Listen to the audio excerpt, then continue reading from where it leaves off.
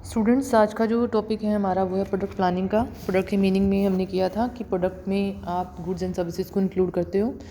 Goods and services जिसको use करने से कस्टमर की नीड्स सेटिस्फाई होती हैं, और प्लानिंग का मीनिंग है फ्यूचर के बारे में सोचना। तो प्रोडक्ट प्लानिंग का मीनिंग है आपका कि जो प्रोडक्ट आपने प्रोड्यूस करना है, जो सेल के लिए आपने प्रोड्यूस करना है प्रोडक्ट, उसके बारे में एडवांस में ही प्लानिंग करना। उसका प्राइस क्या होगा, आफ्टर सेल सर्विसेज आपने प्रोवाइड करनी है नहीं करनी, उसका कलर्स, उसका डिज़ाइन, उसकी शेप क्या होगी, उस वो प्रोडक्ट आपका जो है आपने प्रोड्यूस करना है, उसके बारे में एडवांस में ही प्लानिंग करना प्रोडक्ट प्लानिंग में आता है। और आपको ये भी देखना होता है कि वो प्रोडक्ट प्रॉफिटेबल है या नहीं है, और वो मार्केट में आपके कंपटीशन को फेस कर पाएगा कि नहीं कर पाएगा। प्रोडक्ट प्लानिंग में डिफरेंट फैक्टर्स आप इंक्लूड करते हो। पहला है आपका कि नया प्रोडक्ट डेवलप करना, दूसरा है कि एग्जिस्टिंग प्रोडक्ट को चेंज करना, मॉडिफाई करना, इसमें आता है, और तीसरा है आपका कि एग्जिस्टिंग प्रोडक्ट लाइन को एक्सटेंड करना। पहले आप एक प्रोडक्ट प्रोड्यूस कर रहे थे, अब आप फ़ॉरेन मार्केट में एंटर करना चाहते हो और एक से ज़्यादा प्रोडक्ट को प्रोड्यूस करना चाहते हो, तो इसको आप कहते हो extension of existing product line. Elimination of unprofitable and marginal products, जो प्रोडक्ट प्रॉफिटेबल नहीं है उनको अपनी प्रोडक्ट लाइन से एलिमिनेट करना प्रोडक्ट प्लानिंग में आता है। प्रोडक्ट प्लानिंग में आप यहाँ पर प्रोडक्ट लाइन की लेंथ और डेप्थ के बारे में बात की है। लेंथ का मीनिंग होता है कि आपने कितने प्रोडक्ट अपनी प्रोडक्ट लाइन में इंक्लूड करने, कितने प्रोडक्ट का प्रोडक्शन आपने करना, कितने तरह के प्रोडक्ट का प्रोडक्शन आपने करना है। जैसे कि अगर आप कॉस्मेटिक्स का भी प्रोडक्शन कर रहे हो, आप स्टेशनरी आइटम्स का भी प्रोडक्शन कर रहे हो, तो कितने जो प्रोडक्ट है आपके प्रोडक्ट लाइन में आप इंक्लूड होंगे। डेप्थ में आता है कि क्वांटिटी कितनी होगी, हर एक प्रोडक्ट का कितना प्रोडक्शन आप करोगे, क्वांटिटी में आप इसको इंक्लूड कर जो डिटरमाइन करते हो। इंटरनेशनल मार्केट के लिए जब आपने किसी प्रोडक्ट को चूज़ करना है, तो आप पहले ये देखते हो कि ये प्रोडक्ट आपके लिए प्रॉफिटेबल होगा या नहीं होगा, इसका पोटेंशियल कितना है आपके लिए। अगर सूटेबल है कि जो एग्जिस्टिंग प्रोडक्ट है उसको चेंज करके आप फ़ॉरेन मार्केट के में उसको इंट्रोड्यूस कर सकते हो, तो आप ऐसा भी कर सकते हो, नया प्रोडक्ट भी इंट्रोड्यूस कर सकते हो। जब आप नए प्रोडक्ट के इंट्रोडक्शन की बात करते हो, प्रोडक्ट प्लानिंग आप करते हो, तो उसमें आप कस्टमर की नीड्स को ध्यान में रखते हुए ही आपने प्रोडक्ट को प्रोड्यूस करना है, और ये भी देखना है कि फ्यूचर में वो प्रोडक्ट फेल ना हो जाए मार्केट में। इसके अलावा प्रोडक्ट के बारे में डिफरेंट डिसीजंस आपने लेने होते हैं, उसकी features, quality, design, style, colour, size, shape, weight, price, brand, label, packaging, after sale services, ये सारी चीज़ें।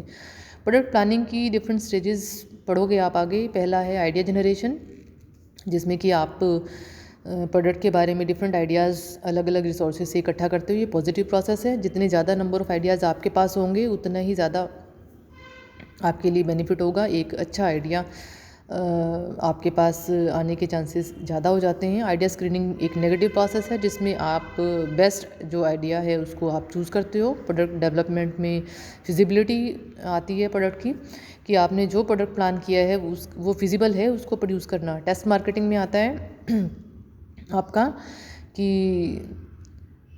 जो प्रोडक्ट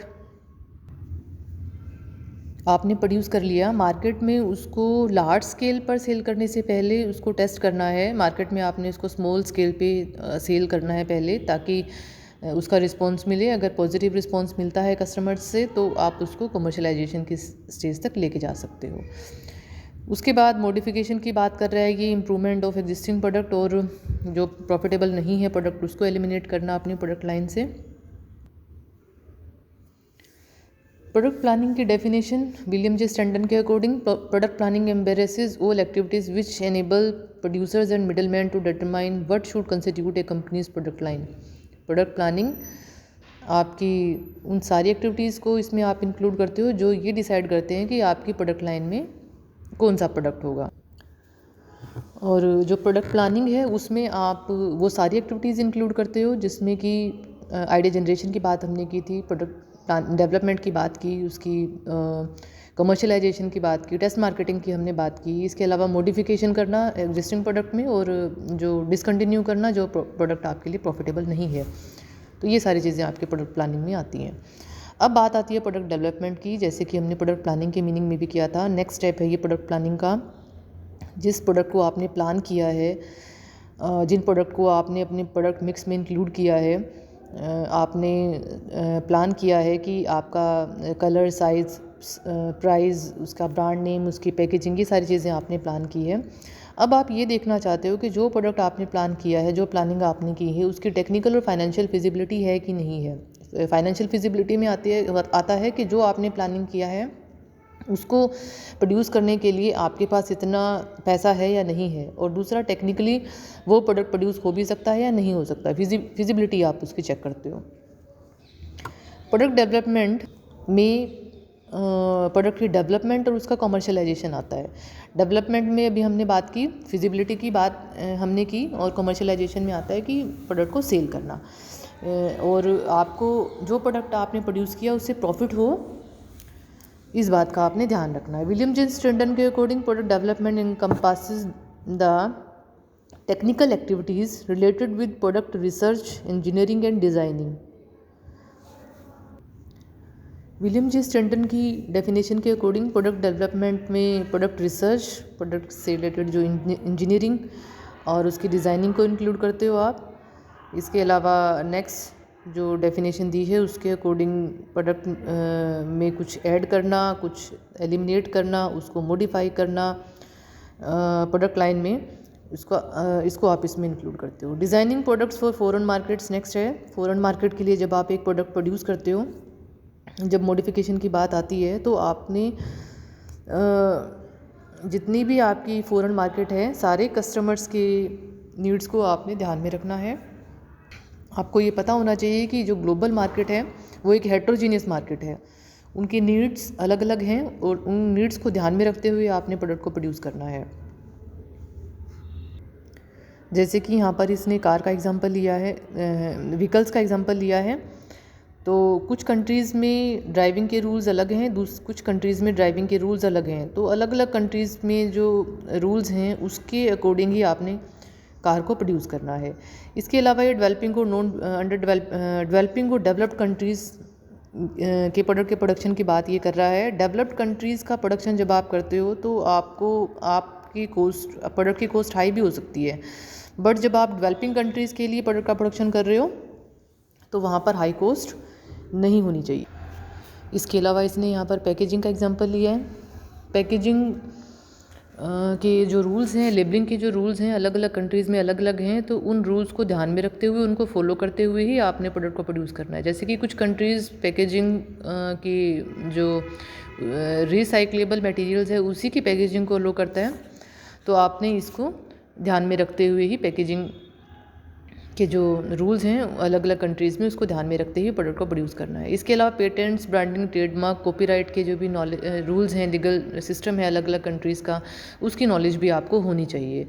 अदरवाइज़ आपको जो लीगल प्रॉब्लम्स हैं, जो रूल्स से रिलेटेड प्रॉब्लम्स है, वो हो सकती है।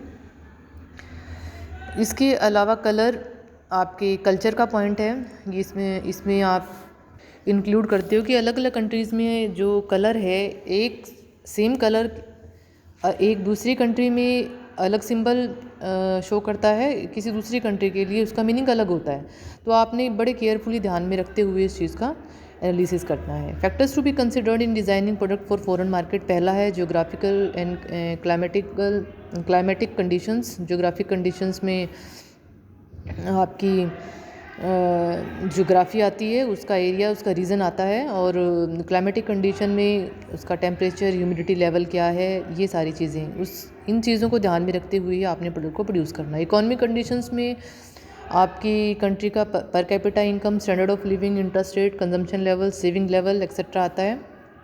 अगर ये चीज़ें स्टैंडर्ड ऑफ लिविंग अगर हाई है तो डेवलप्ड कंट्रीज़ का एग्जांपल हमने इसमें लिया था, तो उस केस में आप हाई कॉस्ट भी अपने प्रोडक्ट की रख सकते हो। बट जहाँ पर डेवलपिंग कंट्रीज़, दूसरी तरफ अगर हम एग्जांपल लेते हैं, डेवलपिंग कंट्रीज़ में कॉस्ट जो है वो प्रोडक्ट की ज़्यादा नहीं हो सकती।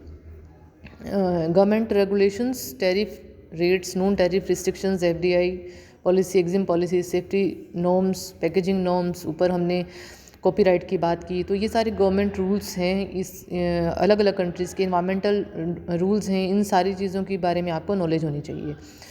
इसके अलावा social and cultural factors, social, customs, value system, language, religion, literacy rate, ये सारी चीज़ें आपने ध्यान में रखनी है। कलर का एग्जांपल हमने लिया था, वो एक कल्चर को शो करता है किसी कंट्री के, तो ये सारी चीज़ें आपको पता होनी चाहिए। बेसिकली ये जो चीज़ें हैं, जितनी ज़्यादा नॉलेज आपको होगी उसके पर्टिकुलर कंट्री के social, customs, value system, language की जो हमने बात की, रिलीजन की हमने बात की, उतना ही ज़्यादा आपके लिए प्रॉफिटेबल होगा कि आपका प्रोडक्ट प्रॉफिट अर्न करे, उसका जो कमर्शलाइजेशन में आपको प्रॉब्लम नहीं आएगी। कंज्यूमर बिहेवियर, इंटरनेशनल मार्केट में, फॉरेन मार्केट में कस्टमर्स की taste, liking, preferences, buying pattern सब अलग अलग होगा, उसके बारे में आपको नॉलेज होनी चाहिए। अदर फैक्टर्स में labour cost, measurement system, technical skills, labour, electrical standards, technical standards etcetera, ये सारी चीज़ें आती हैं। अब बात आती है प्रोडक्ट प्लानिंग और डेवलपमेंट के ऑब्जेक्टिव्स क्या हैं।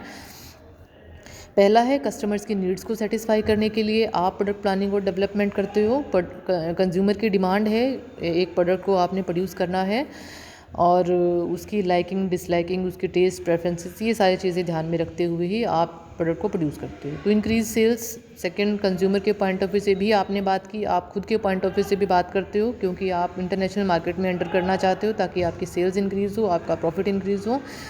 तो प्रोडक्ट मॉडिफिकेशन की हेल्प से आप ऐसा कर सकते हो।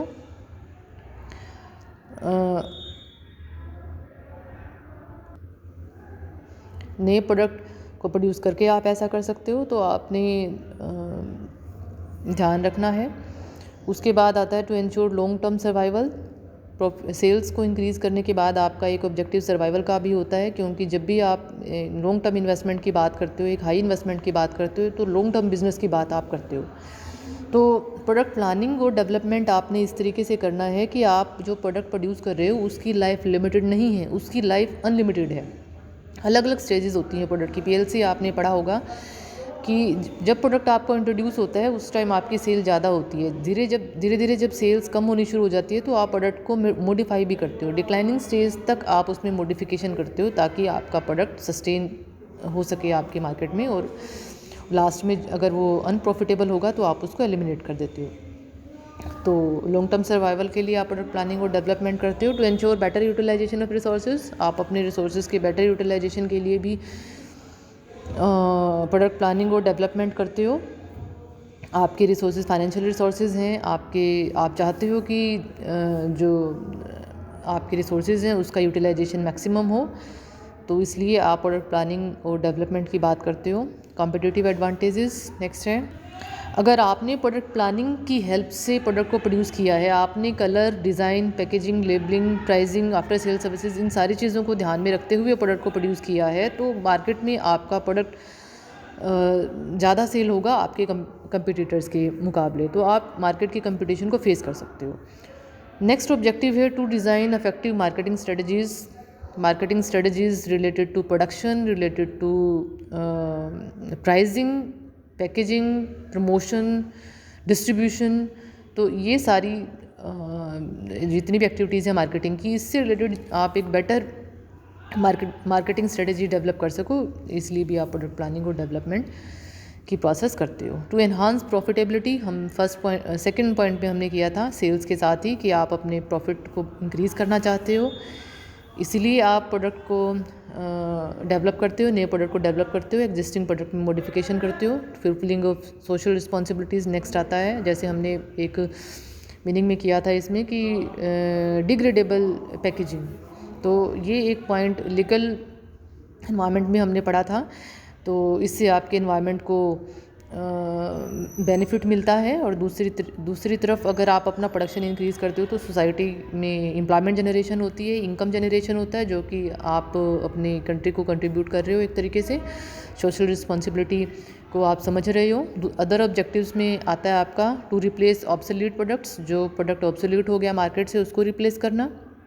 सरप्लस प्रोडक्शन कैपेसिटी को यूटिलाइज़ करना। रिस्क को डाइवर्सिफाई करना, कि मान लो अगर आपके प्रोडक्ट लाइन में बहुत सारे प्रोडक्ट्स हैं, कुछ प्रोडक्ट्स हैं जिसमें आपको प्रॉफिट ज़्यादा मिलता है, कुछ प्रोडक्ट्स हैं जिसमें प्रॉफिट कम मिलता है आपको, तो जो रिस्क है वो आप डाइवर्सिफाई कर सकते हो अलग अलग प्रोडक्ट्स में अलग अलग इन्वेस्टमेंट करके। To maintain and increase the growth rate of business unit की ग्रोथ को आप इंक्रीज़ करना चाहते हो।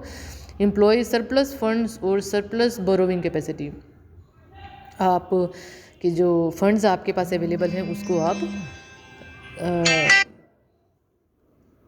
यूटिलाइज़ करना चाहते हो।